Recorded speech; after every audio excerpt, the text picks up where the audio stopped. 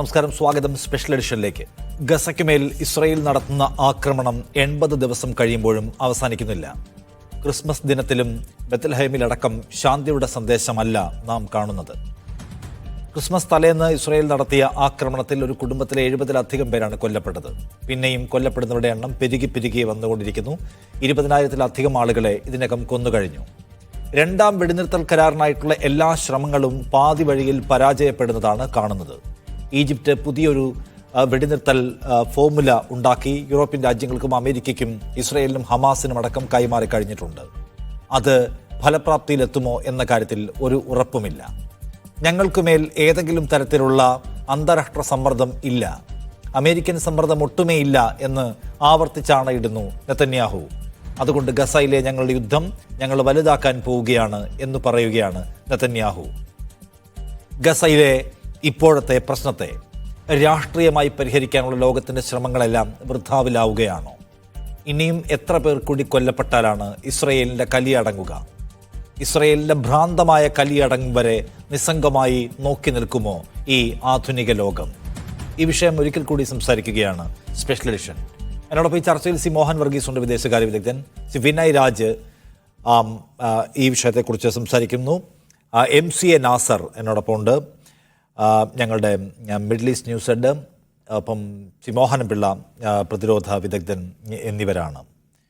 ആദ്യം MCA, എന്താണ് അതിൻ്റെ അവസാനത്തെ അപ്ഡേറ്റ്? എന്താണ് കഴിഞ്ഞ ദിവസം നമ്മൾ സംസാരിച്ച് അവസാനിപ്പിച്ചത്? വെടിനിർത്തൽ സാധ്യതകളെക്കുറിച്ചായിരുന്നു, പക്ഷെ അതിനുശേഷം അവ വിഫലമാവുന്നത് കണ്ടു. ഇപ്പോൾ വീണ്ടും വലിയ ബോംബിംഗ് നടത്തുന്നു. വെടിനിർത്തലിനെക്കുറിച്ച് ലോകം വളരെ തിടുക്കപ്പെട്ട് സംസാരിച്ചുകൊണ്ടിരിക്കെ ഞങ്ങൾ ആക്രമണം വലുതാക്കാൻ പോവുകയാണെന്ന് പറയുകയാണ് നെതന്യാഹു. സത്യത്തിൽ നിലവിൽ ഒരു ട്രൂസ് പ്ലാനും ഓണല്ല എന്നാണോ പറയേണ്ടത്?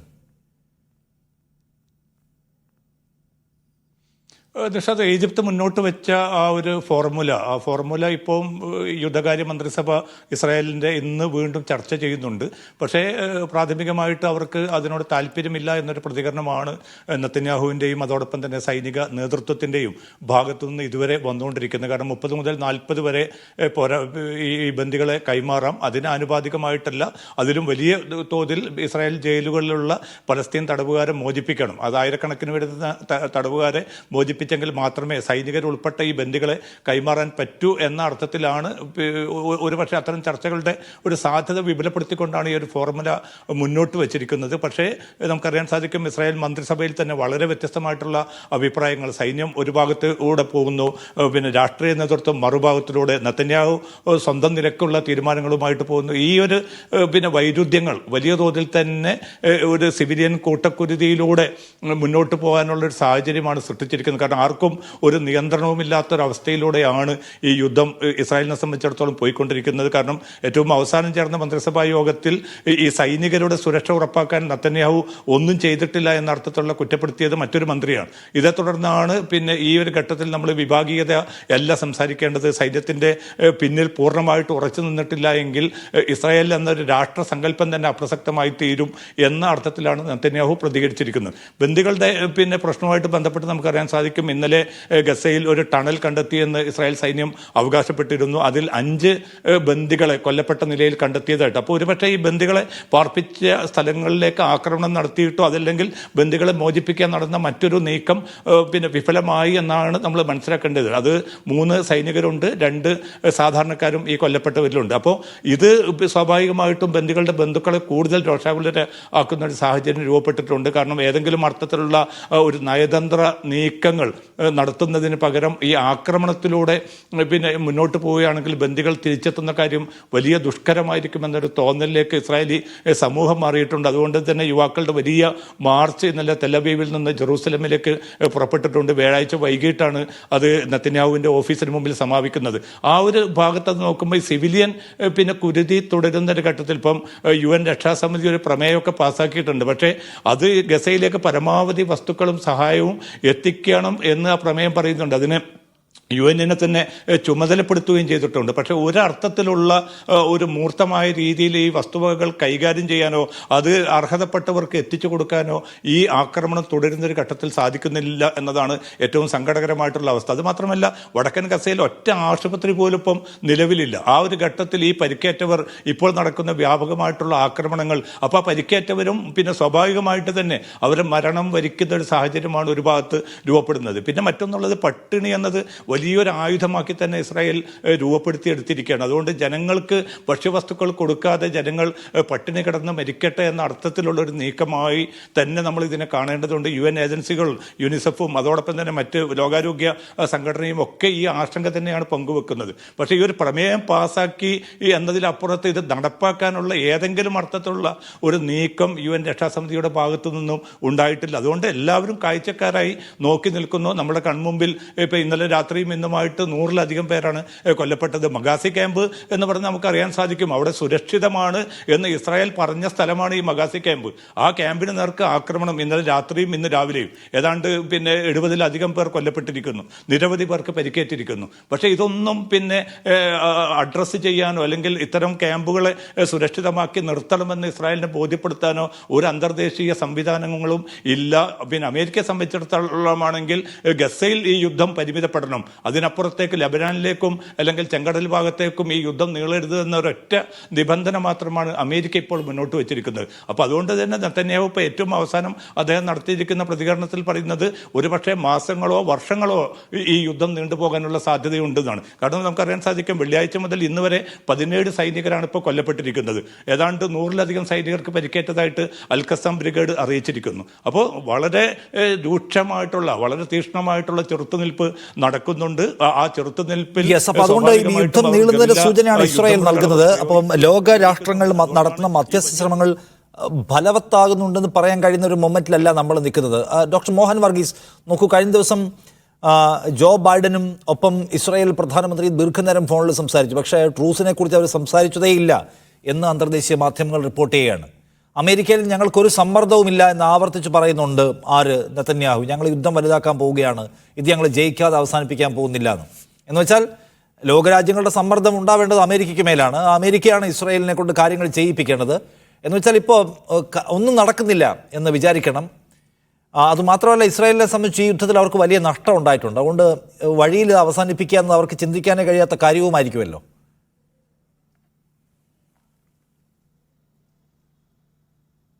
ഒരു വലിയ വൈതരണിയിലാണ് ഇപ്പോൾ. ലോകരാജ്യങ്ങളുടെ വളരെ വലിയ സമ്മർദ്ദം അമേരിക്കയ്ക്ക് മേലുണ്ട്. അതിനുള്ള പ്രധാന കാരണം ഈ യുദ്ധം ഇപ്പോൾ ലോക്കലൈസ്ഡ് ആണ്. അതായത് ഗസയിൽ മാത്രം ഒതുങ്ങി നിൽക്കുന്ന ഇസ്രായേലി ആക്രമണം അത് ഏത് നിമിഷവും മധ്യപൗരസ്ത്യ പ്രദേശത്ത് ആകമാനം വ്യാപിക്കാൻ സാധ്യതയുണ്ട്. അതിന്റെ പ്രകടമായ ഉദാഹരണമാണ് ഈ ചെങ്കടൽ മേഖലയിലേക്ക് യുദ്ധം വ്യാപിക്കുന്നത്. ഹൂതികൾ രംഗത്ത് വരുമ്പോൾ ലോക വ്യാപാരത്തിന്റെ തന്നെ 10% കടന്നു പോകുന്ന ആ ഒരു കടലിടുക്ക്, ചെങ്കടലിലേക്കുള്ള ആ ഒരു ചെറിയ പാത, ആ കടലിടുക്ക് നിയന്ത്രിക്കുന്നത് ഹൂതികൾ ഭരണത്തിലുള്ള യമനിലെ ആ വിഭാഗമാണ്. അപ്പൊ അങ്ങനെ വരുമ്പോൾ അമേരിക്കൻ കപ്പലുകൾ മാത്രമല്ല, ഇസ്രായേലിലേക്ക് എത്തുന്ന കപ്പലുകൾ മാത്രമല്ല, ആ പ്രദേശത്ത് കൂടി പോകുന്ന സകല കപ്പലുകളും എണ്ണ വ്യാപാരത്തിന് വേണ്ടി ഈ ഓയിൽ ടാങ്കറുകൾ ഉൾപ്പെടെയുള്ള വെസൽസിനെ ആക്രമിക്കുന്ന ഘട്ടം വന്നാൽ അതിന് അമേരിക്കയെ തന്നെയാവും ലോകരാഷ്ട്രങ്ങൾ കുറ്റപ്പെടുത്തുന്നത്. അതുകൊണ്ട് ജോ ബൈഡൻ കഴിഞ്ഞ ദിവസം നടന്ന ടെലിഫോൺ കോൺവെർസേഷനിൽ നെതന്യാഹുവിനോട് വ്യക്തമായി പറഞ്ഞിരിക്കാൻ സാധ്യതയുള്ളത്, നിങ്ങൾ ഈ യുദ്ധത്തെ ലോക്കലൈസ് ചെയ്യുക, ഒരു കാരണവശാലും അത് വ്യാപിക്കാൻ ഇടവരരുത്. അതുകൊണ്ട് തന്നെ ഇത് അവസാനിപ്പിക്കുന്നതിനുള്ള ചർച്ചകളിൽ ക്രിയാത്മകമായ കാര്യങ്ങൾ നടത്തുക. ഒരു വെടിനിർത്തൽ നിർദ്ദേശം വരുമ്പോൾ അതിനോട് ക്രിയാത്മകമായി പ്രതികരിക്കുക, അതിന് വലിയ കണ്ടീഷൻസ് പുറപ്പെടുവിക്കാതിരിക്കുക.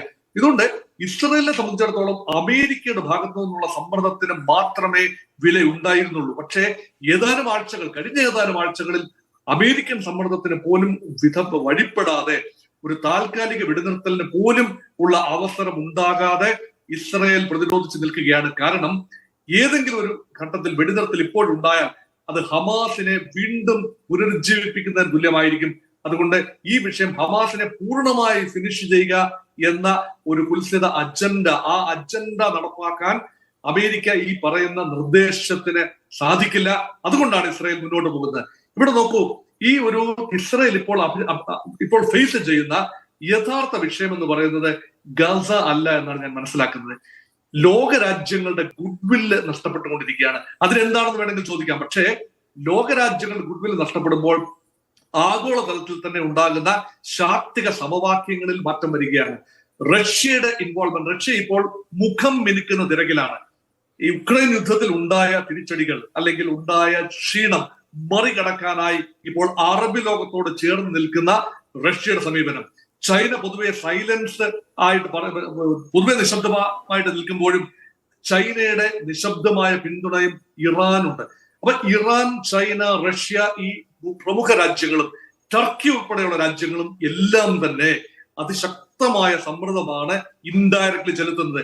ഇതൊന്നും കണ്ടില്ല എന്ന് നടിച്ചുകൊണ്ട് ഇസ്രയേലിനെ മാത്രം വിശ്വാസത്തിലെടുത്തുകൊണ്ട് അമേരിക്കയ്ക്കും ഒരു നയരൂപീകരണം സാധ്യമല്ല. അതുകൊണ്ട് എത്രയും പെട്ടെന്ന് തന്നെ യുദ്ധം അവസാനിപ്പിക്കുക. അത് മാത്രമല്ല, ഇപ്പോൾ ഹമാസിന്റെ ഭാഗത്തു നിന്നും യുദ്ധം അവസാനിപ്പിക്കണമെങ്കിൽ അവർ വളരെയധികം തന്ത്രപരമായി പ്ലാൻ ചെയ്ത്, ഒരുപക്ഷെ ഒരു ദശകത്തിലധികമായി പ്ലാൻ ചെയ്ത് നടത്തിയ ഓപ്പറേഷനാണ് ഒരുപക്ഷെ ഒക്ടോബർ 7 ഓപ്പറേഷൻ. ആ ഓപ്പറേഷൻ പൂർണ്ണമായി വിജയത്തിലെത്തണമെങ്കിൽ ഒരുപാട് രക്തം ചിന്തി, രണ്ടു ഭാഗത്തും രക്തം ചിന്തിയിട്ടുണ്ട്. അൺആക്സെപ്റ്റബിൾ ഡാമേജ് ഉണ്ടായി കഴിഞ്ഞു. ഹമാസിന്റെ ഭാഗത്തു നിന്നും കാഷ്വാലിറ്റി ഉണ്ടായി, വലിയ തോതിൽ ഇസ്രായേലിനും അൺആക്സെപ്റ്റബിൾ കാഷ്വാലിറ്റിയാണ്. ഒരു ഫലം കാണണമെങ്കിൽ ഒരു നെഗോഷിയേറ്റിംഗ് ടേബിളിലേക്ക് എത്തണം. അത് യുദ്ധം അവസാനിപ്പിക്കുന്നതിനെ കുറിച്ച് ആവില്ല നെഗോഷിയേഷൻ. ശാശ്വതമായ പരിഹാരം സംഭവിക്കണമെങ്കിൽ ദ്വിരാഷ്ട്ര ഫോർമുല, രണ്ട് രാജ്യങ്ങൾക്ക് നിലനിൽക്കാനാവണം. പൂർണ്ണ സ്വാതന്ത്ര്യമുള്ള പാലസ്തീനും പൂർണ്ണ സ്വാതന്ത്ര്യമുള്ള ഇസ്രയേലും പരസ്പരം അംഗീകരിച്ചുകൊണ്ട് നിലനിൽക്കാനാകുന്ന രീതിയിലേക്ക് ഒരു പരിസമാപ്തി എന്ന രീതിയിൽ അല്ലാതെ ഭാഗികമായി ഇപ്പോൾ താൽക്കാലിക വെടിനിർത്തലിലൂടെ യുദ്ധം അവസാനിപ്പിക്കാൻ ഒരുപക്ഷെ ഹമാസും തയ്യാറാകുന്നില്ല എന്നതാണ് എനിക്ക് തോന്നുന്നത്. അപ്പൊ അതപ്പോൾ ഭാഗികമായ ഒരു വെടിനിർത്തലിലേക്ക് പോകാൻ ഇസ്രായേലിന് കഴിയാത്തതിന് പലതരം കാരണങ്ങളുണ്ട്. ഡോക്ടർ മോഹനൻ പിള്ള, ഇസ്രായേലിനെ സംബന്ധിച്ച് അവരുടെ ഒരു മിലിറ്ററി സ്ട്രാറ്റജിക്ക് ഏൽക്കുന്ന പരിക്കായിരിക്കുമോ ഇപ്പോൾ ഒരു ട്രൂസ് എടുക്കുക എന്നത്? കാരണം ഹമാസിനെ പരമാവധി ഈ ബുദ്ധിമുട്ടിക്കാൻ കഴിയുന്നുണ്ട് എന്നാണ് ഇസ്രായേൽ വിചാരിക്കുന്നത്. അവർക്ക് കുറേ ലോസ് ഉണ്ടാകുന്നുണ്ടെങ്കിലും ഇസ്രായേലിനെ സംബന്ധിച്ച് അവർ ലോകത്തെ ഏറ്റവും വലിയ സൈനിക ശക്തികളിലൊന്നാണ്. അവർക്ക് റീഫിൽ ചെയ്യാനും റീചാർജ് ചെയ്യാനും തടസ്സങ്ങളൊന്നും ഇല്ലാത്ത ഒരു സേനയാണ്. അമേരിക്കൻ സഹായമുണ്ട്.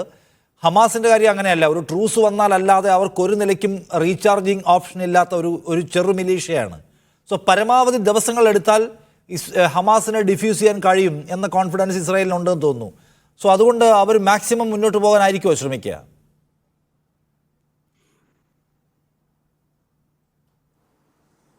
ഇത് ഇന്ന് വരെയുള്ള അനാലിസിസ് വെച്ച് നോക്കുകയാണെങ്കിൽ ഓരോ ദിവസം ചെല്ലുമ്പോഴും പരാജയം എന്ന് പറയുന്നത് കാൽക്കുലേറ്റ് ചെയ്യുമ്പോൾ ഇൻ്റർനാഷണൽ ഫീൽഡിൽ മിലിറ്ററി പോയിൻ്റ് ഓഫ് വ്യൂവിൽ ഇസ്രയേലാണ്, IDF ആണ് പരാജയപ്പെട്ടുകൊണ്ടിരിക്കുന്നത്. ആ ഒരു ആംഗിളിൽ കാണും. ഒരു ബ്രോഡർ പ്രോസ്പെക്റ്റീവ് ഞാൻ അതിനെക്കുറിച്ചിട്ട് വരാം. ഒന്നാമത് ഇസ്രയേൽ IDF വിശ്വസിച്ചിരുന്ന രണ്ട് ഏരിയയാണ് അവരുടെ ഇൻ്റലിജൻസും എയർഫോഴ്സും. ആ ഇൻ്റലിജൻസ് വെച്ച് അവർക്ക് എന്തൊക്കെ ചെയ്യാൻ പറ്റിയിട്ടുണ്ടോ അതെല്ലാം ടോട്ടലി പരാജയപ്പെടുകയും ഇൻ്റലിജൻസ് ഫെയിലിയർ തന്നെയാണ് എന്നുള്ള രീതിയിലേക്കാണ് വന്നത്. ഒരു ഇൻ്റലിജൻസ് ഗെയിനും ഒരു ഏരിയയിലും അവർ നേടിയെടുത്തിട്ടില്ല. എയർഫോഴ്സ് യൂസ് ചെയ്യുന്നത് മാക്സിമം രാജ്യങ്ങൾ യൂസ് ചെയ്യുന്നതാണ് എയർഫോഴ്സ്, അതായത് ബൊംബാർഡ്മെൻറ്റ് ആൻഡ് കണ്ടിന്യൂസ് ബൊംബാർഡ്മെൻറ്റ് എന്ന് പറയുന്നത്. ഈ കണ്ടിന്യൂസ് ബൊംബാർഡ്മെൻറ്റ് കൊണ്ട് മാത്രം ഹമാസിനെ പോലെ അല്ലെങ്കിൽ പലസ്തീനെ പോലെയുള്ള ഒരു ഏരിയയെ, ഒരു ട്രൂപ്സിനെ പരാജയപ്പെടുത്തുവാൻ ഒരു കാരണവശാലും പറ്റില്ല. കാരണം ഈ യുദ്ധം എന്ന് പറയുന്നത്, ഈ കോൺഫ്ലിക്റ്റ് എന്ന് പറയുന്നത് regular forces versus irregular forces ആണ്. അതായത് ഒരു റെഗുലർ ഫോഴ്സ് ഒരു ഇറഗുലർ ഫോഴ്സുമായിട്ടുള്ള ഒരു മത്സരം, ഒരു യുദ്ധമാണ്. നമ്മൾ ഇതിനകത്ത് കാണേണ്ട ഒരു കാര്യം, അതായത് പരാജയം എന്ന് ഞാൻ പറയാനുള്ള കാര്യം, അതായത് ആൾക്കാർക്ക് അതൊന്ന് പറഞ്ഞ് മനസ്സിലാക്കണം എന്നുണ്ടെങ്കിൽ ഏതാണ്ട് 635 സ്ക്വയർ കിലോമീറ്റർ മാത്രമുള്ള ഈ ഗാസ, അതായത് നമ്മുടെ കേരളത്തിലെ ഒരു ജില്ല എന്ന് പറയുന്നത് ഏതാണ്ട് 2000 on an average 2000 above square കിലോമീറ്ററാണ്. ഈ ഗാസ എന്ന് പറയുന്നത് വെറും 635 സ്ക്വയർ കിലോമീറ്ററാണ്. അപ്പോൾ തന്നെ നമുക്ക് മനസ്സിലാക്കാം എത്ര ഏരിയയാണ്. അതായത് ഇന്ന് നമ്മൾ കാണുന്നത് സിവിലിയൻ പണിഷ്മെൻറ്റ് മാക്സിമം കൊടുക്കുന്ന ഒരു യുദ്ധം എന്ന് വേണമെങ്കിൽ ഇന്നുവരെ ലോകചരിത്രത്തിൽ ഉണ്ടായിട്ടുള്ള മാക്സിമം സിവിലിയൻ പണിഷ്മെൻറ്റ് കൊടുക്കുന്ന ഒരു യുദ്ധം എന്ന് വേണമെങ്കിൽ നമുക്കിതിനെ കാണാം. ആ നിലയ്ക്ക് നോക്കിയാൽ അതിനൊരു ഉദാഹരണം നമ്മൾ പറഞ്ഞ് മനസ്സിലാക്കി തരാം. കാരണം അതായത് രണ്ടാം ലോകമഹായുദ്ധകാലത്ത് 3 വർഷം കൊണ്ട് അലീഡ് ഫോഴ്സസ് ജർമ്മനിയിൽ കണ്ടിന്യൂസ് ബോംബാർഡ്മെൻറ്റ് നടത്തിയിട്ടും 10,000 സിവിലിയൻസ് ആണ് കൊല്ലപ്പെട്ടതായിട്ടുള്ള കണക്ക്. നേരെ മറിച്ച് കേരളത്തിലെ ഒരു താലൂക്കിനെ പോലും വലിപ്പമില്ലാത്ത ഗസയിൽ ഇവർ നടത്തിയിട്ടുള്ളത് അതായത് 20,000 above and more than out of that 2/3 people എന്ന് പറയുന്നത് വിമൻ ആൻഡ് ചിൽഡ്രൻ ആണ്. അതായത് വിമൻ ആൻഡ് ചിൽഡ്രൻ ആണ് മെജോറിറ്റി. അപ്പം അവരുടെ ഞാൻ ആദ്യം മുതൽ തന്നെ പറയുന്നത് യുദ്ധത്തിൻ്റെ വേറൊരു തന്ത്രമാണ്, ജിനോസൈഡ് തന്നെയാണ്. ഈ ജനോസൈഡ് തന്നെയാണ് അവർ എയിം ചെയ്യുന്നത്. കാര്യം പോപ്പുലേഷൻ ഒരു കാരണവശാലും പുതിയൊരു പലസ്തീനിയൻ അവിടെ ഉണ്ടായി വരരുത് എന്നുള്ള ഉദ്ദേശത്തോടെയുള്ള ഒരു നീക്കമാണ് അവിടെ നടക്കുന്നത്. പിന്നെ രണ്ടാമത് എന്താണ് ഇവർ ചെയ്തിട്ടുള്ളത് ഇസ്രയേൽ നമുക്ക് വേറൊരു ഉദാഹരണം കൂടി ഞാൻ പറഞ്ഞു തരാം. ഇസ്ലാമിക് സ്റ്റേറ്റ്സിനെതിരായിട്ട് ഇറാഖിൽ US ഏതാണ്ട് 3 വർഷം കൊണ്ട് 15,000 അറ്റാക്കാണ് നടത്തിയിട്ടുള്ളത് 3 വർഷം കൊണ്ട്. നേരെ മറിച്ച് ഈ ഗസയിൽ ഈ ചെറിയ ഏരിയയിൽ ഈ ഇസ്രയേൽ നടത്തിയിട്ടുള്ളത് 22,000 അറ്റാക്സ് ആണ്. അപ്പോൾ തന്നെ നമുക്കതിൻ്റെ വ്യാപ്തി മനസ്സിലാക്കി. ഇവർ വെറി പൂണ്ട് ഈ രാജ്യം അല്ലെങ്കിൽ ഈ ഒരു ഏരിയ ടോട്ടലി ഇല്ലായ്മ ചെയ്യാൻ ശ്രമിക്കുന്ന ഒരു ടെൻഡൻസിയാണ്. അതിലും അവർ അമ്പെ പരാജയപ്പെട്ടിരിക്കുകയാണ്. ജർമ്മനിയിൽ അവർ രണ്ടാം ലോകമഹായുദ്ധകാലത്ത് കംപ്ലീറ്റ് ബോംബാർഡ്മെൻറ്റിൽ പോലും 50% മാത്രമാണ് ഡിസ്ട്രക്ഷൻ ഉണ്ടാക്കാൻ പറ്റിയത്. നേരെ മറിച്ച് ഇവിടെ 70%-ലധികം ഡിസ്ട്രക്ഷനാണ് നടത്തിയിരിക്കുന്നത്. അപ്പോൾ തന്നെ നമുക്ക് മനസ്സിലാക്കാം ആ ഏരിയയിൽ ഉണ്ടായിട്ടുള്ള നാശനഷ്ടം എന്നുള്ളത്. എന്നാൽ അതായത് ഈ യുദ്ധം തുടങ്ങിയപ്പോൾ തന്നെ അവർ വെച്ചിരിക്കുന്ന എയിം എന്ന് പറയുന്നത്, അവർ ഇൻ്റർനാഷണൽ സമൂഹത്തോട് ഇസ്രയേൽ പറയുന്നത് 2 കാര്യമാണ്. ഒന്ന്, അതായത് ബന്ദികളെ മോചിപ്പിക്കുക, ഹമാസ് എന്ന് പറയുന്ന തീവ്രവാദ സംഘടന ഇല്ലായ്മ ചെയ്യുക. അതിൽ ഇന്നേ വരെ ഒരു ബന്ദിയെ പോലും മോചിപ്പിക്കുവാനായിട്ട് മിലിറ്ററി ത്രൂ മോചിപ്പിക്കുവാനായിട്ട് അവർക്ക് കഴിഞ്ഞില്ല. ഡയലോഗ് അല്ലെങ്കിൽ ഡിപ്ലോമസി അല്ലാതെ ഒരു വഴിയും ഇതിനില്ല എന്ന് ആദ്യം മുതൽ തന്നെ ഞാൻ അതിനകത്ത് പറയുന്നുണ്ട്. രണ്ടാമത് ഇവർ പറയുന്നത് കണ്ടിന്യൂസ് ബോംബാർഡ്മെൻറ്റിന് ഇവർ ന്യായീകരണം പറയുന്നത് എന്തെന്ന് ചോദിച്ചാൽ, പ്രഷർ ബിൽഡ് ചെയ്തെങ്കിൽ മാത്രമേ ഹമാസ് ആ പ്രഷറിൽ അല്ലെങ്കിൽ സമ്മർദ്ദത്തിൽ ഹോസ്റ്റേജസിനെ വിടുവെന്ന്. അത് ഒരു കാരണവശാലും നടക്കാത്ത ഒരു കാര്യമാണ്. ഹമാസിനെ ഉന്മൂലനം ചെയ്യണമെങ്കിൽ ടോട്ടൽ പാലസ്തീനികളെ ഉന്മൂലനം ചെയ്യണം. അതായത് ഇവരെ ഐഡൻറ്റിഫൈ ചെയ്യാൻ പറ്റില്ല ഹമാസ് ആരാണ്.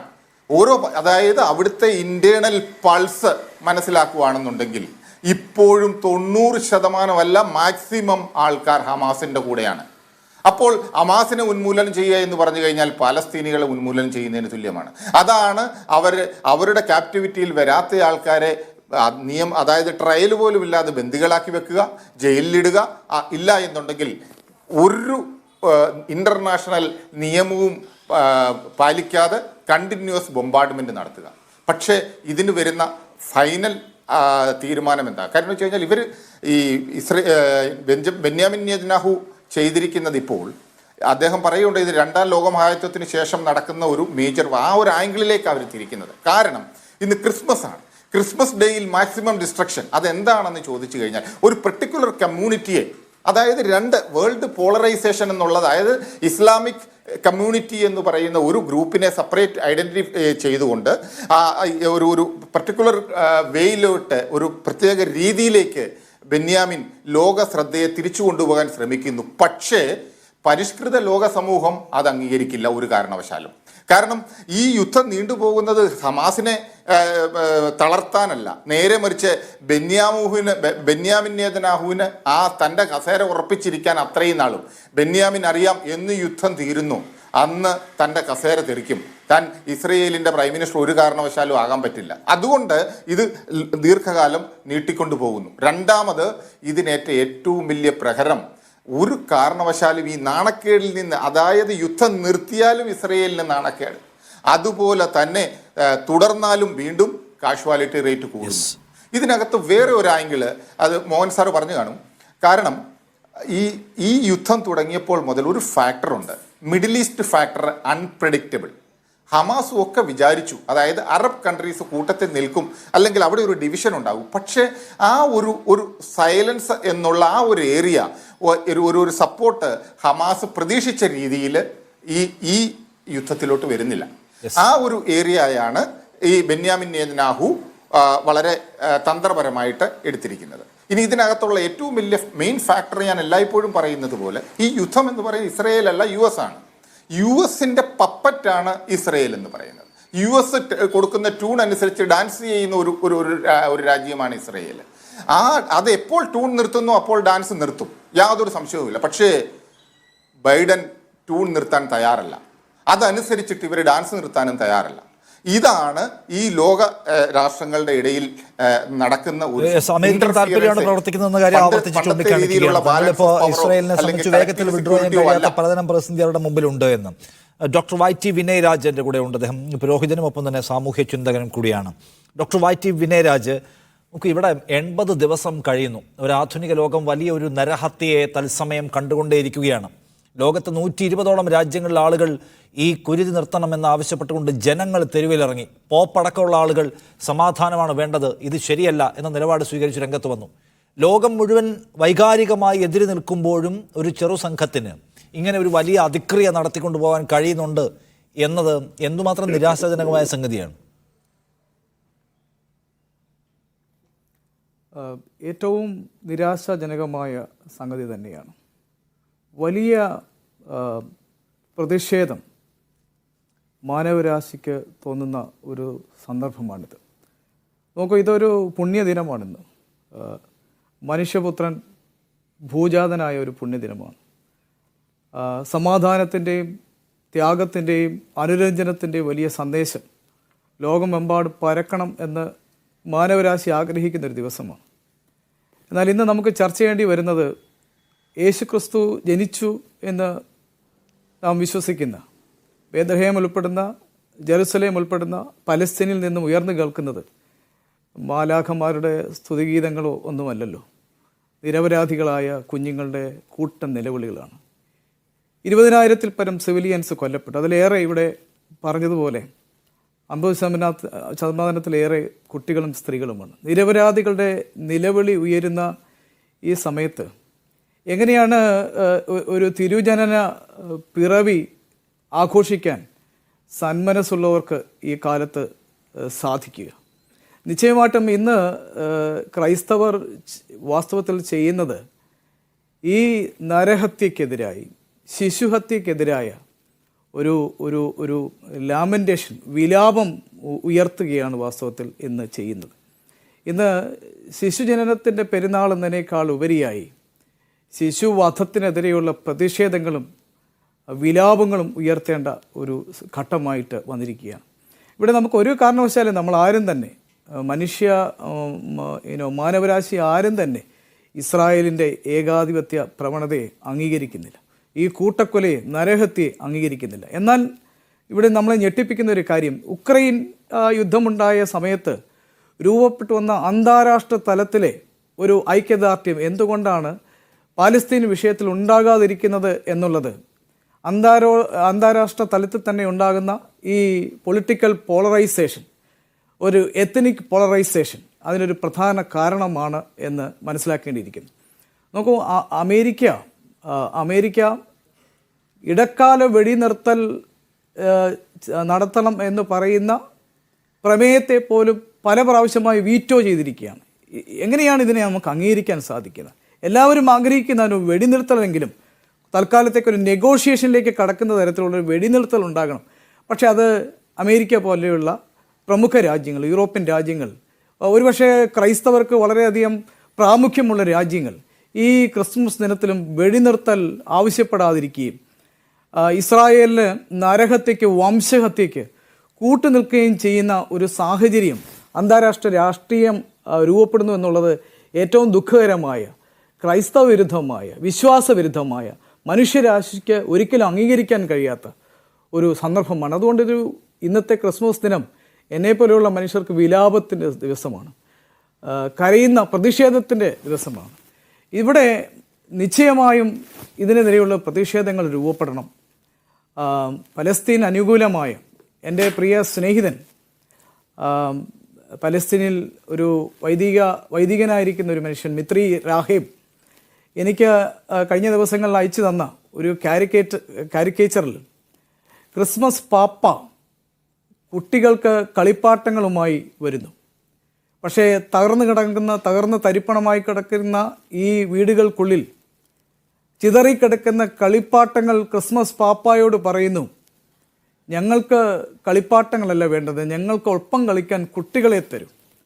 നമുക്ക് എത്ര ദൈന്യമാണ് ഈ ഘട്ടം. എന്തുകൊണ്ടാണ് ഒരു മാനവരാശിക്ക് ഒരു മനസാക്ഷിയോടുകൂടി ഈ യുദ്ധത്തിനെതിരായി സംസാരിക്കാൻ സാധിക്കാതിരിക്കുന്നത് എന്ന് എന്നെപ്പോലുള്ളൊരു ക്രൈസ്തവ വിശ്വാസി, ഒരു മത പുരോഹിതൻ, വൈദികൻ ഞെട്ടലോടുകൂടിയാണ് ഇതിനെ കാണുന്നത്.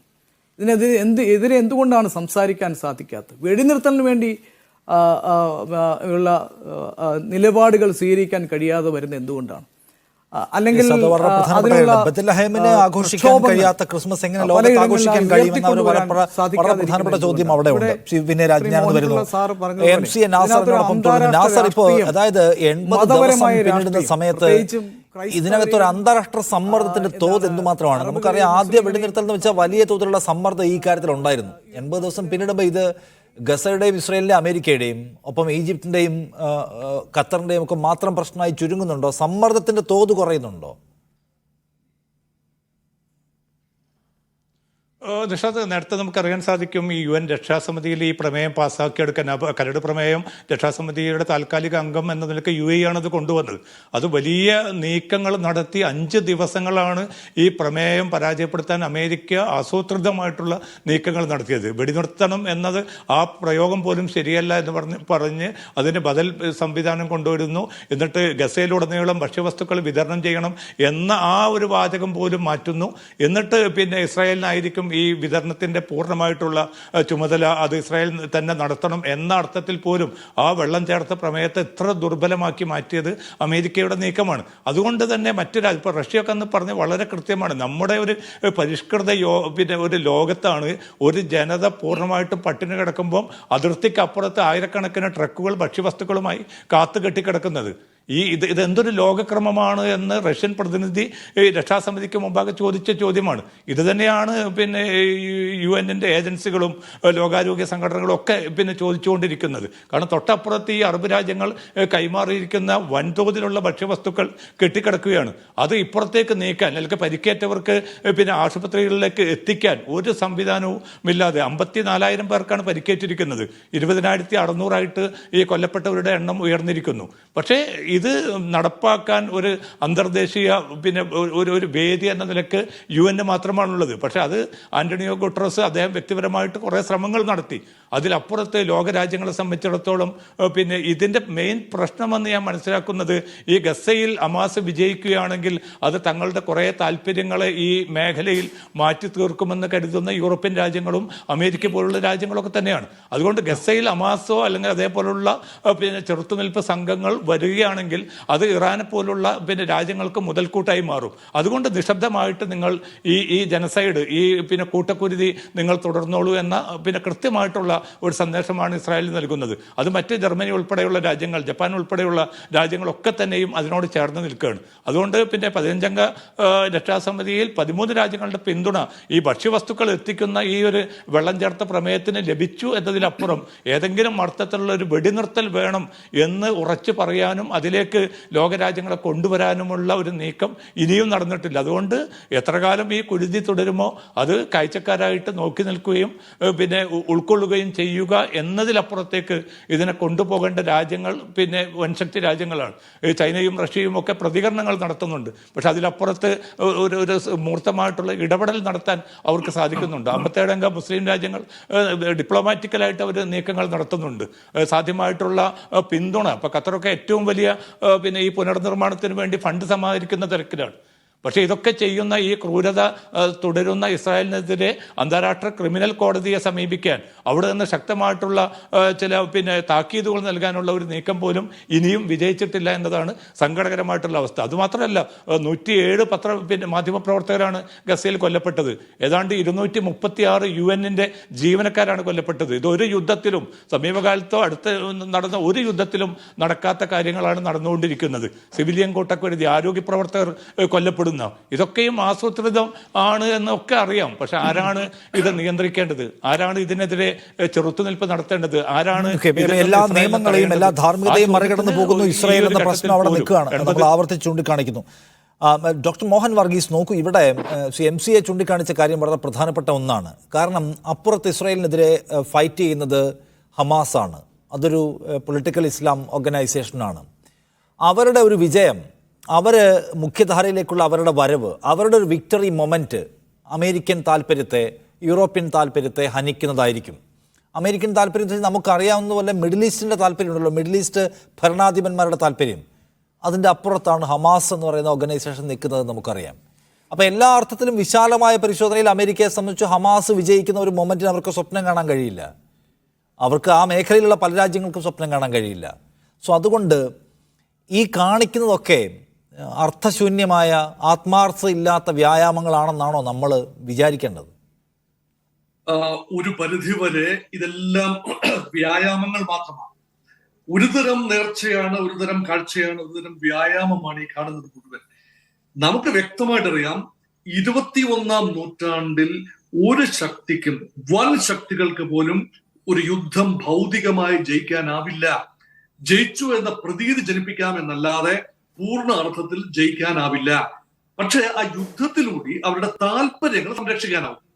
അഫ്ഗാനിസ്ഥാനിൽ നോക്കൂ, അമേരിക്കൻ സൈന്യം കിണഞ്ഞ് ശ്രമിച്ചിട്ടും അഫ്ഗാനിസ്ഥാനിൽ താലിബാനെ പൂർണ്ണമായി പരാജയപ്പെടുത്താനാവില്ല, ആയില്ല.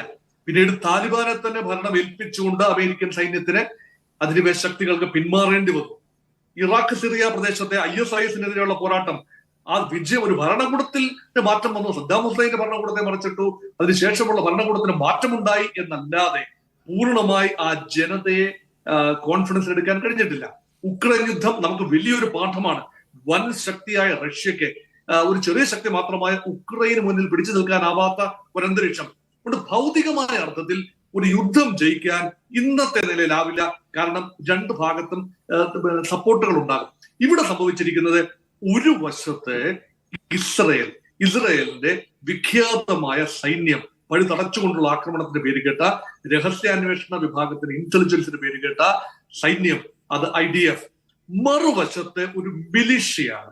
ആ മിലിഷ്യ വളരെ, നേരത്തെ മോഹൻപിള്ളയൊക്കെ സൂചിപ്പിച്ചതുപോലെ, എക്സ്ട്രീംലി കമ്മിറ്റഡ് മിലിഷ്യയാണ്. ഇപ്പൊ ലോകത്തെ ആധുനിക യുദ്ധത്തിന്റെ ഒരു ചരിത്രം നോക്കിയാൽ, സംഘടിത സൈന്യങ്ങൾ യുദ്ധം ചെയ്യുന്നത് അവരുടെ പെയ്ഡ് ആർമിയാണ്. ഇപ്പൊ ഇസ്രായേലിന്റെ ആർമി ഇപ്പോൾ ഈ മുൻകാലത്തെ ആർമി അല്ല. മുൻകാലത്തെ ഒരു വർദ്ധിത വീര്യം, മുൻകാലത്തെ ഒരു രാജ്യത്ത് നിലനിൽപ്പ് എന്ന രീതിയിലുള്ള വീര്യമൊന്നും ഇപ്പോൾ അവർ കാണിക്കുന്നില്ല.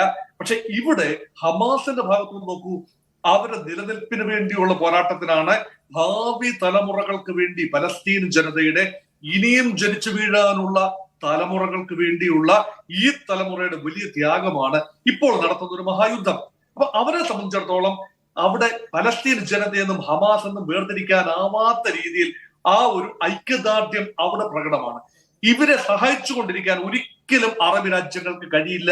അവിടെ കോൺഫ്ലിക്റ്റ് ഓഫ് ഇൻട്രസ്റ്റ് ഉണ്ട്. ചരിത്രപരമായി ഒരിക്കലും ഇവർ വലിയ വായിൽ സംസാരിക്കുമെന്നല്ലാതെ സൗദി അറേബ്യ ആകട്ടെ, ഇറാഖ് ആകട്ടെ, സിറിയ ആകട്ടെ, അല്ലെങ്കിൽ ഈജിപ്റ്റ് ആയിക്കൊള്ളട്ടെ, സംസാരമല്ലാതെ പ്രവൃത്തിയിലേക്ക് നീങ്ങാനാവില്ല. ഇവിടെ പ്രവൃത്തിയിലേക്ക് നീങ്ങാൻ കഴിയുന്ന ഏക രാജ്യം ഇറാനാണ്. അത് പലസ്തീൻ ജനതയോടുള്ള ഐക്യദാർഢ്യം കൊണ്ടല്ല, മറിച്ച് ഇറാന്റെ തന്നെ ഗ്ലോബൽ താല്പര്യങ്ങൾ സംരക്ഷിക്കാനും അമേരിക്കക്കെതിരെയുള്ള ഒരു ഇസ്ലാമിന്റെ മുഖമായി, റെസിസ്റ്റൻസിന്റെ മുഖമായി, ഒരു സിവിലൈസേഷൻ വാറിൽ അറബികളല്ല, മറിച്ച് നോൺ അറബായ മുസ്ലിം രാജ്യമായ ഷിയ ഇറാനാണ് അതിനുള്ള ശക്തി. അവിടെ ഞാൻ കാര്യം ചോദിക്കട്ടെ ശ്രീ മോഹൻ വർഗീസ്, ഇവിടെ ഇപ്പൊ നമ്മൾ കാണുന്നത് ഇസ്രായേൽ US സഖ്യം നടത്തുന്ന വലിയ ആക്രമണമാണ്. ആർക്കും അത് തടയാൻ കഴിയുന്നില്ല.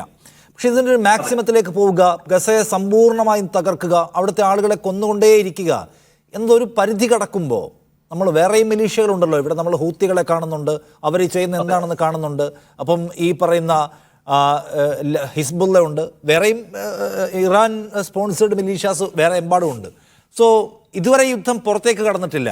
പക്ഷെ ഒരു അവസാനത്തെ മൊമെന്റിലേക്ക്, എന്ന് വെച്ചാൽ ഹമാസിനെ പൂർണ്ണമായും തകർക്കുക, ഹമാസിൻ്റെ താല്പര്യങ്ങളെ തകർക്കുക എന്ന് വെച്ചാൽ അടുത്ത മിസൈൽ വരാൻ പോകുന്നത് ഞങ്ങൾക്ക് നേരെയാണെന്ന് മനസ്സിലാക്കുന്നവരാണല്ലോ ഈ തൊട്ടടുത്തുള്ള മിലീഷ്യകൾ മുഴുവൻ. സോ ആ മൊമെന്റിൽ യുദ്ധം അതിൻ്റെ പുറത്തേക്ക് പടരാനും വലുതാവാനും റിസ്ക് എലമെന്റ് കൂടാനുള്ള സാധ്യതയുണ്ടോ? ആ നിലയ്ക്ക് അതാണോ അതിൻ്റെ ഒരു ടേണിംഗ് പോയിന്റ് ആവാൻ സാധ്യതയുള്ളത്? എനിക്ക് തോന്നുന്നത് മിലിഷ്യകളെ ചരിത്രപരമായി നോക്കിയാൽ മിലിഷ്യകളെ തകർക്കാൻ സംഘടിതമായ സൈന്യങ്ങൾക്ക് കഴിയില്ല. നോക്കൂ, ഹൂതികളെ നോക്കൂ. ഒരു 25,000-30,000 പരമാവധി 50,000 വരുന്ന ഹൂതി മിലിഷ്യ. അവർക്കൊരു യൂണിഫോം പോലും ഇല്ലായിരുന്നു. ഈ അടുത്ത കാലത്താണ് യൂണിഫോം ഇടുകയും ഷൂ ഇടുകയും ചെയ്തു തുടങ്ങിയത്. അത്രയ്ക്ക് ഒരു ഹാപ്ഹസാർഡായ ഒരു മിലിഷ്യ. പക്ഷെ അവർ ഫോക്കസ്ഡ് ആണ്. അവർക്ക് ഇറാന്റെ സഹായം കിട്ടുന്നുണ്ട്, ശരിയാണ്. പക്ഷെ അവർ ഫോക്കസ്ഡ് ആണ്. അവര് $2,000 മാത്രം വിലയുള്ള ഡ്രോണുകളെ അയച്ചാണ് കോടിക്കണക്കിന് ശതകോടികളുടെ ചരക്കുകൾ നീങ്ങുന്ന കപ്പലുകൾക്കെതിരെ ആക്രമണം നടത്തുന്നത്. ആ ആക്രമണം നടന്ന ഡ്രോണുകളെ പ്രതിരോധിക്കാനായി ആന്റി ഡ്രോൺ മിസൈലുകൾ അയക്കുമ്പോൾ അമേരിക്ക അയക്കുന്ന അല്ലെങ്കിൽ സഖ്യസേന അയക്കുന്ന മിസൈലുകൾക്ക് അതിന്റെ 100 ഇരട്ടി 1000 ഇരട്ടി വിലയാണ്. അപ്പൊ ആ ഒരു രീതിയിൽ ചെറിയ തുക ചെലവഴിച്ചുകൊണ്ട് ഈ ബുദ്ധിമുട്ടുണ്ടാക്കുന്ന ആക്രമണങ്ങൾ നടത്താൻ റിബലുകൾക്ക് ഹൂതി വിഭാഗത്തിന് കഴിയും. നമ്മൾ കണ്ടതാണ് അമേരിക്കയുടെ വിഖ്യാതമായ സൈന്യം വിയറ്റ്നാമിൽ പരാജയപ്പെടുന്നത്. വിയറ്റ്കോങ് എന്ന് പറയുന്ന പ്രാകൃതമായ ആയുധങ്ങൾ ഉപയോഗിച്ച്, പരമ്പരാഗത ആയുധങ്ങൾ ഉപയോഗിച്ചുകൊണ്ടും തുച്ഛമായ പണം മാത്രം ചെലവഴിച്ചുകൊണ്ടും അവർ വീറോടുകൂടി പോരാടി ഗറില്ല യുദ്ധമുറയിലൂടെ അമേരിക്കയെ കൊമ്പ് കുത്തിച്ച് നമ്മൾ വിയറ്റ്നാമിൽ കണ്ടതാണ് വളരെ വർഷങ്ങൾക്ക് മുൻപ്, ഒരു 50ഓളം വർഷത്തിന് മുൻപ്. അപ്പൊ അതുകൊണ്ട് ഇവിടെ മിലിഷ്യകൾ, അത് ഇറാന്റെ പിന്തുണയുള്ള സിറിയയിലെ മിലിഷ്യകളുണ്ട്, ഇറാഖിൽ മിലിഷ്യകളുണ്ട്, അതുപോലെ ഹിസ്ബുള്ള എന്ന അതിശക്തമായ മിലിഷ്യയുണ്ട് ലെബനനിൽ. അപ്പൊ ഇതെല്ലാം തന്നെ ഇസ്രയേൽ വിരുദ്ധ, അമേരിക്ക വിരുദ്ധ ഐഡിയോളജിയാണ്. ISIS എന്ന ഒരു ടെറിട്ടോറിയൽ ഒരു സ്റ്റേറ്റ് അവിടെ രൂപപ്പെട്ടു. അത് അമേരിക്ക വിരുദ്ധ ഒരു രൂപമാണ്. പക്ഷെ അവര് പലരെയും വെറുപ്പിച്ചുകൊണ്ടാണ് ISIS അവിടെ രൂപപ്പെട്ടത്. പക്ഷെ ഈ മിലിഷ്യകൾ ആരെയും വെറുപ്പിക്കുന്നില്ല. അവരുടെ കോമൺ എനിമി എന്ന് പറയുന്നത് 1 United States of America, 2 Israel. അല്ലെങ്കിൽ തിരിച്ചും പറയാം, ഇസ്രായേൽ ആദ്യ എനിമിയും ഇസ്രായേലിനെ സംരക്ഷിച്ചു നിർത്തുന്ന അമേരിക്ക രണ്ടാമത്തെ എനിമിയും. അതുകൊണ്ട് അവർ ഐഡിയോളജിക്കലി കമ്മിറ്റഡ് ആണ്. അവർക്ക് നഷ്ടപ്പെടാൻ ഒന്നും തന്നെ ഇല്ല. അത് മാത്രമല്ല, ഒരു മിലിഷ്യയും പൂർണ്ണമായി തകർക്കാനുമാവില്ല. കാരണം അവർ അദൃശ്യമായ മെത്തേഡ്സ് ആണ് ഉപയോഗിക്കുന്നത്, അൺകൺവെൻഷണൽ വാർഫെയർ ആണ് ഉപയോഗിക്കുന്നത്. അതുകൊണ്ടാണ് ഈ മിലിഷ്യകളെ തമ്മിൽ യോജിപ്പിക്കുന്ന ഒരു കണ്ണിയായി ഇപ്പോൾ പ്രവർത്തിക്കുന്നത് അറബ് ലോകത്തിന്റെ പുറത്തുള്ള ഇറാനാണ്. ആ ഇറാൻ ഒരു ശക്തിയായി വളരുന്നത് അറബ് ലോകത്തെ രാജ്യങ്ങൾക്ക്, പ്രത്യേകിച്ചും സൗദി അറേബ്യ, സുന്നി രാജ്യമായ സൗദി അറേബ്യക്ക് അംഗീകരിക്കാവുന്ന കാര്യമല്ല. അതുകൊണ്ട് തന്നെ ഈ മിലിഷ്യകൾ തകരേണ്ടത് അറബ് രാജ്യങ്ങളുടെ ഒരു ആവശ്യം കൂടിയാണ്. അത് തുറന്നു സമ്മതിക്കാൻ അറബ് രാജ്യങ്ങൾ തയ്യാറാവില്ല. അതുകൊണ്ടാണ് ഈ രാജ്യങ്ങളെ താല്പര്യത്തിനകത്ത് പ്രവർത്തിക്കുന്നുണ്ട് എന്ന കാര്യം എടുത്തു കാണേണ്ടതാണ് എന്നാണ്. എല്ലാ തരത്തിലുള്ള വെടിനിർത്തൽ ശ്രമങ്ങൾക്കിടയിലും ഹമാസിന്റെ ഒരു അതിജീവനം, ഹമാസിന്റെ വിജയം ആഗ്രഹിക്കാത്തവരേറെ ഉണ്ട് എന്ന പ്രശ്നം അവിടെ കാണണം എന്നാണ്. മോഹനൻ പിള്ള, നമ്മൾ നേരത്തെ സംസാരിച്ച വിഷയം ഹമാസിനെ സംബന്ധിച്ചതൊരു ചെറു സംഘമാണ്. ഇസ്രയേൽ വലിയ സേനയും ഒപ്പം തന്നെ അമേരിക്ക അവരുടെ കൂടെ ഉണ്ട്. ഈ ലോകത്തിനൊന്നും ചെയ്യാൻ കഴിയാത്ത ഒരു സന്ധിയിൽ ഇവരുടെ ഏറ്റുമുട്ടലിൻ്റെ ഒരു സാധ്യത എന്തുമാത്രമാണ്? അത് എതുവരെ പോകാൻ സാധ്യതയുണ്ട്? ഇപ്പോൾ ഹമാസിനെ ഇല്ലായ്മ ചെയ്യാൻ താങ്കൾ പറഞ്ഞ പോലെ അതൊരു ഒരു ഒരു ഒരു ഒരു സായുധ സംഘം, ഒരു യൂണിഫോംഡ് സായുധ സംഘം അല്ല, അത് ആളുകൾക്കിടയിലുള്ള ഒരു ആശയമാണ്. അപ്പോൾ അതിനെ അവസാനിപ്പിക്കുക എന്ന് പറയാൻ സാധ്യമല്ല. അപ്പോൾ പരമാവധി ആളുകളെ കൊല്ലുക, പരമാവധി ഗസയെ താമസയോഗ്യമല്ലാതാക്കി മാറ്റി. ഇപ്പം തന്നെ നമ്മൾ കാണുന്ന കാഴ്ച, അവിടുത്തെ കെട്ടിടങ്ങൾ വെറുതെ തകർത്ത് കളയുക, റോഡുകളിലൂടെ മണ്ണുമാന്ത യന്ത്രങ്ങൾ ഓടിച്ച് റോഡുകൾ തകർക്കുക. എന്ന് വെച്ചാൽ ഇനി ഒരിക്കലും ഒരു സമൂഹത്തിന് മടങ്ങി വരാനോ താമസിക്കാനോ കഴിയാത്ത വിധത്തിൽ അതിനെ സമ്പൂർണ്ണമായും തകർക്കുകയാണ്. അപ്പോൾ ഹമാസിനെ സംബന്ധിച്ച് അല്ലെങ്കിൽ ഇസ്രായേലിനെ സംബന്ധിച്ച് ഈ വിജയത്തിൻ്റെ മൊമെൻ്റ് എന്ന് പറയുന്നത് ഏതായിരിക്കും?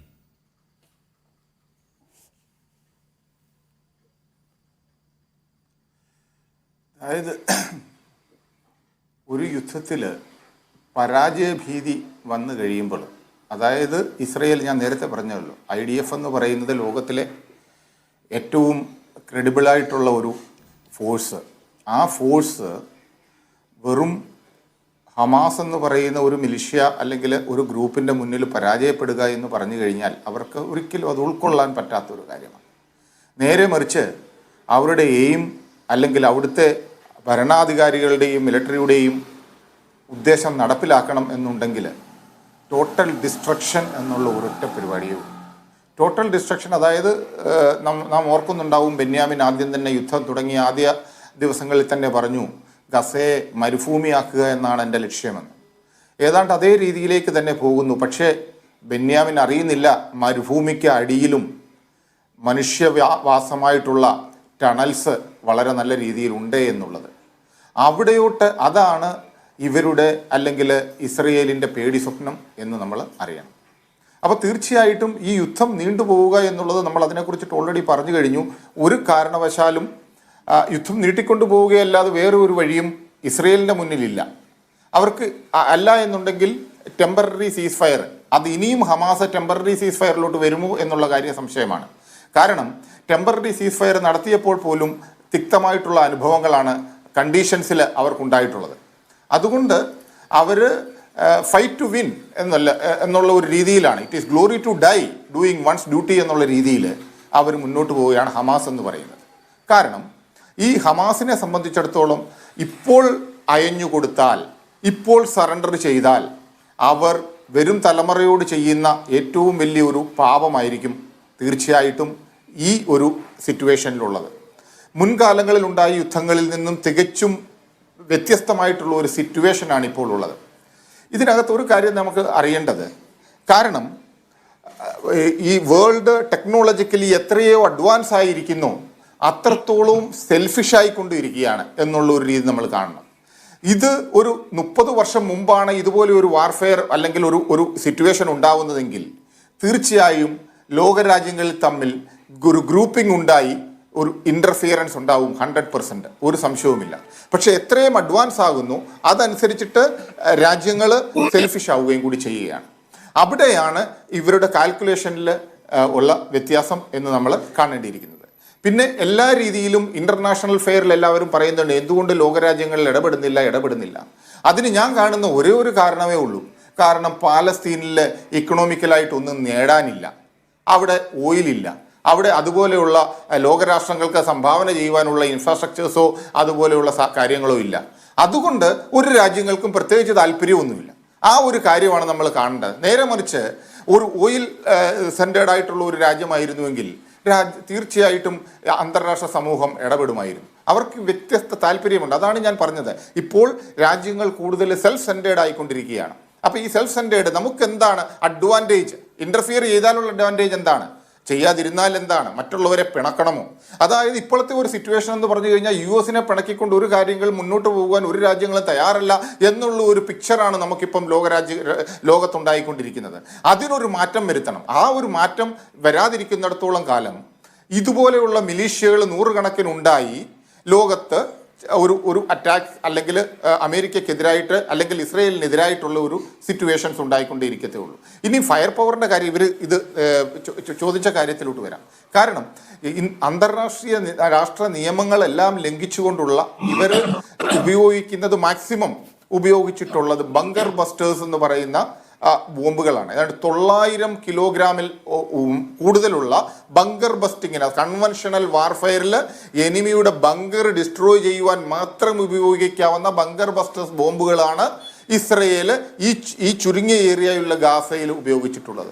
അപ്പോൾ നമുക്ക് തീർച്ചയായിട്ടും അറിയാം എന്തായിരിക്കും അതിൻ്റെ എഫക്റ്റ് എന്നുള്ള രീതിയിൽ, അതും ഏറ്റവും തിക്ലി പോപ്പുലേറ്റഡ് ആയിട്ടുള്ള ഒരു സ്ഥലത്ത്. അപ്പം അതിൽ നിന്നുണ്ടാവുന്ന കാഷ്വാലിറ്റി റേറ്റ് എത്രയായിരിക്കും എന്ന് നമുക്ക് അറിയുവാൻ കഴിയും. അപ്പോൾ ഈ യുദ്ധം നീണ്ടു നിൽക്കുന്നിടത്തോളം കാലം, കാര്യം ഈ ഏരിയയിലാണ് ഇവർ ചെയ്യുന്നത്, ഇത്രയും ലിമിറ്റഡ് ഏരിയയാണ്. പക്ഷേ ഞാൻ വീണ്ടും റിപ്പീറ്റ് ചെയ്യുന്നു, ഇസ്രയേൽ എത്ര ബോംബിട്ട് കഴിഞ്ഞാലും അതൊരു ഫെയിലിയർ ആയിരിക്കും. കാര്യം ഇത്രയും പ്രഗത്ഭമായിട്ടുള്ള ഒരു ആർമി ഇത്രയും ചെറിയ ഒരു ഏരിയ ഒക്കുപ്പൈ ചെയ്യുവാൻ, ഡോമിനേറ്റ് ചെയ്യുവാൻ പ്രയാസപ്പെടുന്ന ഒരു അവസ്ഥ, ആ അവസ്ഥയെ ലോകരാജ്യങ്ങൾ ഏത് രീതിയിൽ കാണണം? കാര്യം എയർഫോഴ്സ് അല്ലെങ്കിൽ ഫയർ പവർ കൊണ്ട് മാത്രം ഒരു അർബൻ വാർഫെയറും ജയിക്കാൻ പറ്റില്ല എന്നുള്ള ഏറ്റവും വ്യക്തമായിട്ടുള്ള ഒരു ലെസണാണ് ഇസ്രയേൽ പഠിച്ചിട്ടുള്ളത്. അതിൽ നിന്ന് രക്ഷപ്പെടുവാനായിട്ട് ഇനി ഒരേ ഒരു വഴിയേ ഉള്ളൂ. കാരണം കണ്ടിന്യൂസ് ആയിട്ട് പെർമനൻ്റ് ആയിട്ട് സീസ് ഫയർ ഡിക്ലെയർ ചെയ്തുകൊണ്ട് അവിടുത്തെ ആൾക്കാരുടെ ഇന്റേണൽ പ്രഷർ കൂടി വരികയാണെങ്കിൽ മാത്രം, അല്ലാതെ യാതൊരു രക്ഷയുമില്ല. കാര്യം ഇതിനകത്ത് അതായത് ഇതിനകത്ത് കാണേണ്ട ഒരു കാര്യം എനിക്ക് മുമ്പ് പറഞ്ഞു എന്ന് എനിക്ക് പറഞ്ഞു, I think father already told. കാര്യം ബൈഡൻ പറഞ്ഞിരിക്കുന്നത് എന്താണെന്ന് ചോദിച്ചു കഴിഞ്ഞാൽ ഇൻ്റർനാഷണൽ പ്രഷർ മുഖം, അതായത് ലോകരാജ്യങ്ങളുടെ മുന്നിൽ ഇസ്രയേലിൻ്റെ മുഖം നഷ്ടപ്പെട്ടുകൊണ്ടിരിക്കുകയാണ്, അതുകൊണ്ട് സിവിലിയൻസിൻ്റെ മേലിലുള്ള അറ്റാക്ക് കുറയ്ക്കണമെന്ന് പറയുന്നു. ഇത് വെറും ലോകരാജ്യങ്ങളുടെ മുമ്പിൽ പൊടിയിടാനുള്ള ഒരു തന്ത്രമാണ്. കാരണം ബൈഡൻ അല്ലെങ്കിൽ US തീരുമാനിച്ചാൽ മാത്രം മതി. ഡ്രാഫ്റ്റ് ചെയ്യുന്നു, റീഡ്രാഫ്റ്റ് ചെയ്യുന്നു, അതെല്ലാം ചെയ്തിട്ട് അവസാനം അത് അമേരിക്കയുടെ ഒരു കുതന്ത്രം മാത്രമായിട്ട് എടുക്കാൻ കഴിയും. അമേരിക്കയ്ക്ക് ഒരു നിമിഷം കൊണ്ട് അവസാനിപ്പിക്കാൻ കഴിയുന്ന വിധത്തിൽ അമേരിക്ക ഈ വർത്തമാനം പറയുന്നതിന്റെ അയുക്തി അല്ലെങ്കിൽ അർത്ഥശൂന്യത നമുക്ക് മനസ്സിലാവുന്നതാണ്. ഡോക്ടർ വൈറ്റി വിനയരാജ്, ഇവിടെ ഇപ്പോൾ ഈ ഇസ്രയേൽ ഗസയ്ക്കുമേൽ ആക്രമണം തുടങ്ങിയ ഒരു 10-80 ദിവസമായിട്ട് നമ്മൾ ഒരു വശത്തു കൂടി കേൾക്കുന്ന ഒരു സംഗതി, പ്രത്യേകിച്ച് കേരളത്തിലൊക്കെ ഇത് ഏതാണ്ട് ഒരു ക്രിസ്ത്യൻ താല്പര്യ സംരക്ഷണത്തിന് വേണ്ടിയിട്ട് ഇസ്രായേൽ നടത്തുന്ന ആത്യന്തികമായ പ്രതിരോധ യുദ്ധമാണ് എന്ന നിലയ്ക്കുള്ള നരേറ്റീവ് നമ്മൾ എല്ലായിടത്തും കേൾക്കുന്നുണ്ട്. ലോകത്ത് തന്നെ അങ്ങനെ വിശ്വസിക്കുന്ന ഒരുപാട് ആളുകളുണ്ട്. ഇപ്പോൾ ജോൺസൺ ആൻഡ് ജോൺസന്റെ വൈസ് പ്രസിഡന്റ് മുഴുവൻ ഫലസ്തീനികളെയും കൊന്നുകളഞ്ഞുകൊണ്ട് വേണം ദൈവിക താല്പര്യം സംരക്ഷിക്കാൻ എന്നൊരു സ്റ്റേറ്റ്മെൻറ്റ് വലിയ തോതിൽ വിവാദമാക്കപ്പെട്ട് കാണുന്നൊക്കെയുണ്ട്. സോ ഇത് ഒരു ക്രിസ്ത്യൻ വിശ്വാസവുമായി ബന്ധപ്പെട്ട ഒരു അനിവാര്യമായ സംഗതിയാണ് എന്ന മട്ടിലുള്ള പ്രചാരണത്തെ എങ്ങനെ കാണുന്നു?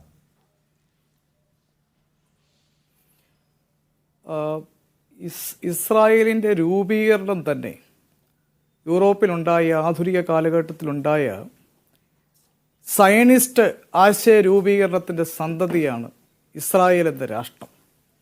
അത് 1948 രൂപീകൃതമാകുന്നതിന് തൊട്ട് മുമ്പുള്ള ചരിത്രം പരിശോധിച്ചത് നമുക്ക് എല്ലാവർക്കും അറിയാവുന്നതുപോലെ ഈ സയണിസത്തിൻ്റെ ഒരു വലിയ പ്രോഡക്റ്റാണ് ഇസ്രായേൽ. അത് ജനാധിപത്യ ക്രമത്തിലൂടെ രൂപീകരിക്കപ്പെട്ട ഒരു രാഷ്ട്രമല്ലല്ലോ. അത് യൂറോപ്യൻ രാജ്യങ്ങൾ അതിൻ്റെ ഫോഴ്സ് എൻഡോഴ്സ്മെൻറ്റ് അതിശക്തമായി കൊണ്ടുവന്ന് ഇസ്രായേലിനെ ഒരു ദേശരാഷ്ട്രമായി അംഗീകരിപ്പിക്കുകയായിരുന്നു അന്താരാഷ്ട്ര തലത്തിൽ നമുക്കെന്നറിയാം. അപ്പോൾ ഇതിനകത്തൊരു സയനിസത്തിൻ്റെ ഒരു നിലപാട് ഈ രാഷ്ട്രീയ ലാഭത്തിൻ്റെ പിന്നിൽ ഉണ്ട് എന്നുള്ളത് വാസ്തവമാണ്. അമേരിക്ക പോലെയുള്ള രാജ്യങ്ങൾക്ക് അതുകൊണ്ട് വലിയ നേട്ടങ്ങളുണ്ട്. പ്രത്യേകിച്ചും ഈ ട്വിൻ ടവർ തകർക്കപ്പെട്ട സാഹചര്യത്തിലൊക്കെ ഈ മുസ്ലിം ക്രിസ്ത്യൻ ദ്വന്ദ്വ അപരത്വങ്ങളെ ആളിക്കത്തിച്ചുകൊണ്ട് ഒരു വലിയ അന്താരാഷ്ട്ര നറേറ്റീവ് മുസ്ലിങ്ങൾക്കെതിരെ സൃഷ്ടിക്കാനായിട്ട് അമേരിക്കയുടെ ഭാഗത്തു നിന്നൊരു നീക്കമുണ്ടായി. ഇതെല്ലാം വാസ്തവത്തിൽ സംഭവിക്കുന്നത് എന്തുകൊണ്ടാണെന്ന് ചോദിച്ചാൽ നെതന്യാഹുവിനായിരുന്നാലും ജോ ബൈഡൻ ആയിരുന്നാലും അവരവരുടെ രാജ്യങ്ങളിലെ അധികാരം നിലനിർത്തുക, രാഷ്ട്രീയ അധികാരം നിലനിർത്തുക, ലോകരാഷ്ട്രത്തിൽ ഏകപക്ഷീയമായി അമേരിക്കയ്ക്കും അതിൻ്റെ സംഘാംഗങ്ങൾക്കും ആധിപത്യം നിലനിർത്താനാകുക എന്ന് പറയുന്ന രാഷ്ട്രീയത്തിൻ്റെ ഒരു വലിയ തന്ത്രമായിട്ടാണ് ഈ വംശീയത അപരത്വ നിർമ്മിതി സൃഷ്ടിച്ചുകൊണ്ടിരിക്കുന്നത്. അത് വളരെ വ്യക്തമാണ്. ഇവിടെ ഈ ക്രിസ്ത്യൻ സയനിസത്തെ പ്രോത്സാഹിപ്പിച്ചുകൊണ്ട് മുസ്ലിങ്ങൾക്കെതിരായിട്ടൊരു വ്യവഹാരം സൃഷ്ടിക്കാനായിട്ട് പല ഭാഗങ്ങളിൽ നിന്നും നീക്കങ്ങൾ ഉണ്ടായിക്കൊണ്ടിരിക്കുന്നു. വാസ്തവത്തിൽ ഈ ക്രിസ്ത്യൻ സയനിസത്തിന് വേദപുസ്തകപരമായിട്ടോ ദൈവശാസ്ത്രപരമായിട്ടോ യാതൊരു ലെജിറ്റിമസിയും സാധുതയും ഇല്ലാത്തതാണ്. ഈ ക്രിസ്ത്യൻ സയനിസം എന്ന് പറയുന്നത് വളരെ വംശവിരുദ്ധമായ, ജനാധിപത്യ വിരുദ്ധമായ ആശയ രൂപീകരണമാണ് സംഭവിച്ചത്. അത് വേദപുസ്തകത്തിൽ അങ്ങനെയൊരു ആശയം നമുക്ക് കണ്ടെത്താൻ സാധിക്കുകയില്ല. വേദപുസ്തകത്തിൽ യഹൂദന്മാരുടെ രാജ്യം എന്ന് പറയുന്ന സങ്കല്പം അല്ല വേദപുസ്തകത്തിലുള്ളത്. മറിച്ച് വ്യത്യസ്ത സമൂഹങ്ങളിൽ ഒത്തുചേരുന്ന ഒരു സംഘം, ഒത്തുചേരുന്ന സമൂഹം എന്നാണ് ദൈവജനം എന്നുള്ള പദത്തിലൂടെ മൾട്ടിറ്റ്യൂഡ് എന്ന അർത്ഥത്തിലാണ് വേദപുസ്തകം അതിനെ കാണുന്നത്. അത് യഹൂദന്മാരുടെ രാജ്യത്തിൻ്റെ തിരിച്ചുവരവ് എന്ന് വ്യാഖ്യാനിച്ചുകൊണ്ട് സയനിസ്റ്റ് പ്രസ്ഥാനം രാഷ്ട്രങ്ങൾ നിർമ്മിക്കുകയും മുസ്ലിങ്ങൾക്കെതിരായിട്ടുള്ള നിലപാടുകൾ രൂപീകരിക്കുകയും ചെയ്തു, ഇപ്പോഴും ചെയ്തുകൊണ്ടിരിക്കുന്നു. അത് അമേരിക്ക പോലെയുള്ള അത്തരം താല്പര്യങ്ങൾ സംരക്ഷിക്കാനുള്ള ആളുകളുടെ കുതന്ത്രങ്ങളാണ്. ഇവിടെ ഒരു കാര്യം പറയാനായിട്ട് ആഗ്രഹിക്കുന്നത്, വേദപുസ്തകത്തിന് ഈ യഹൂദന്മാരുടെ രാജ്യം സ്ഥാപിക്കുന്നതാണ് അന്ത്യകാലം എന്ന് വിശ്വസിക്കുന്ന നിലപാടില്ല. അത് വേദവിപരീതമാണ്, വേദപുസ്തക വിരുദ്ധമാണ്. വേദപുസ്തകം മുന്നോട്ട് വയ്ക്കുന്ന ക്രിസ്തുവിൻ്റെ സമാധാനത്തിൻ്റെയും സാഹോദര്യത്തിൻ്റെയും ആശയങ്ങൾക്ക് വിരുദ്ധമാണ്. ഇത് വളരെ വ്യക്തമായി കേരളത്തിലെ ക്രൈസ്തവ ലോകം അല്ലെങ്കിൽ കേരളത്തിന് പുറത്തുള്ള ക്രൈസ്തവ ലോകം തിരിച്ചറിയേണ്ടതും ഇതിനകത്തുള്ള രാഷ്ട്രീയമായ ഗൂഢ തന്ത്രങ്ങൾ തിരിച്ചറിയുകയും ചെയ്യേണ്ടത് വളരെ ആവശ്യമാണ്. കേരളത്തിലെ അങ്ങിങ്ങ് ചില യാതൊരുവിധ ലെജിറ്റിമസിയും ഇല്ലാത്ത ചില സംഘടനകളൊക്കെ ഇതിനകത്ത് ഈ കുളം കലക്കി മീൻ പിടിക്കാൻ ശ്രമിക്കുന്നത് പോലെ മുസ്ലിങ്ങൾക്കെതിരായിട്ടുള്ള ക്രിസ്ത്യാനികളുടെ നീക്കമായി ഇതിനെ വ്യാഖ്യാനിക്കാനുള്ള ചില ശ്രമങ്ങൾ നടക്കുന്നു എന്നുള്ളത് വാസ്തവമാണ്. അത് കേരളത്തിലെ ഒരു ഔദ്യോഗികമായ ഒരു സഭകളും ഔദ്യോഗികമായ ഒരു ക്രൈസ്തവ സമൂഹങ്ങളും അംഗീകരിക്കുന്ന പ്രസ്ഥാനങ്ങളല്ല. കാരണം അതിന് ഞാൻ പറഞ്ഞതുപോലെ ക്രൈസ്തവരുടെ വിശ്വാസധാരയുമായി ബന്ധമില്ലാത്ത അത് എന്താണ് വിപരീത തരത്തിലുള്ള വായനയാണ്, അത് വികലമായ വായനയാണ്, സുവിശേഷത്തിൻ്റെ, വേദപുസ്തകത്തിൻ്റെ, ക്രിസ്തീയ മതധാരയുടെ തന്നെ തകർക്കപ്പെടലാണ്. അതുകൊണ്ട് മുസ്ലിങ്ങൾക്കെതിരായി ഒരു നറേറ്റീവ് ശ്രദ്ധിച്ചുകൊണ്ട് ഈ ഇസ്രായേൽ പലസ്തീൻ യുദ്ധത്തെ വ്യാഖ്യാനിക്കാം എന്നുള്ളത് തികച്ചും തെറ്റാണ്, ക്രൈസ്തവ വിരുദ്ധവുമാണ്. മറിച്ച് ഇവിടെ പലസ്തീനിൽ വംശഹത്യ ചെയ്യപ്പെടുന്ന മുസ്ലിങ്ങളോടൊപ്പമാണ് അറബുകളോട്. അവിടെ അറബുകളും മുസ്ലിങ്ങളും മാത്രമല്ല, ഒരു യഹൂദ സമൂഹമുണ്ട്, ക്രിസ്ത്യാനികളുണ്ട്, ചെറിയ ശതമാനം ക്രിസ്ത്യാനികളുണ്ട്. ഇവരോടൊപ്പമാണ് ഇന്ത്യൻ സഭ, ക്രൈസ്തവ സഭ ധാർമ്മികമായി നിലനിൽക്കുന്നതെന്ന് എനിക്ക് പറയാൻ സാധിക്കും. വികലമായ വായനകളെ ക്രൈസ്തവ സമൂഹം തള്ളിക്കളയും. എയ്ഡിന്റെ കാര്യത്തിലുള്ള അപ്ഡേറ്റ് എന്താണ്?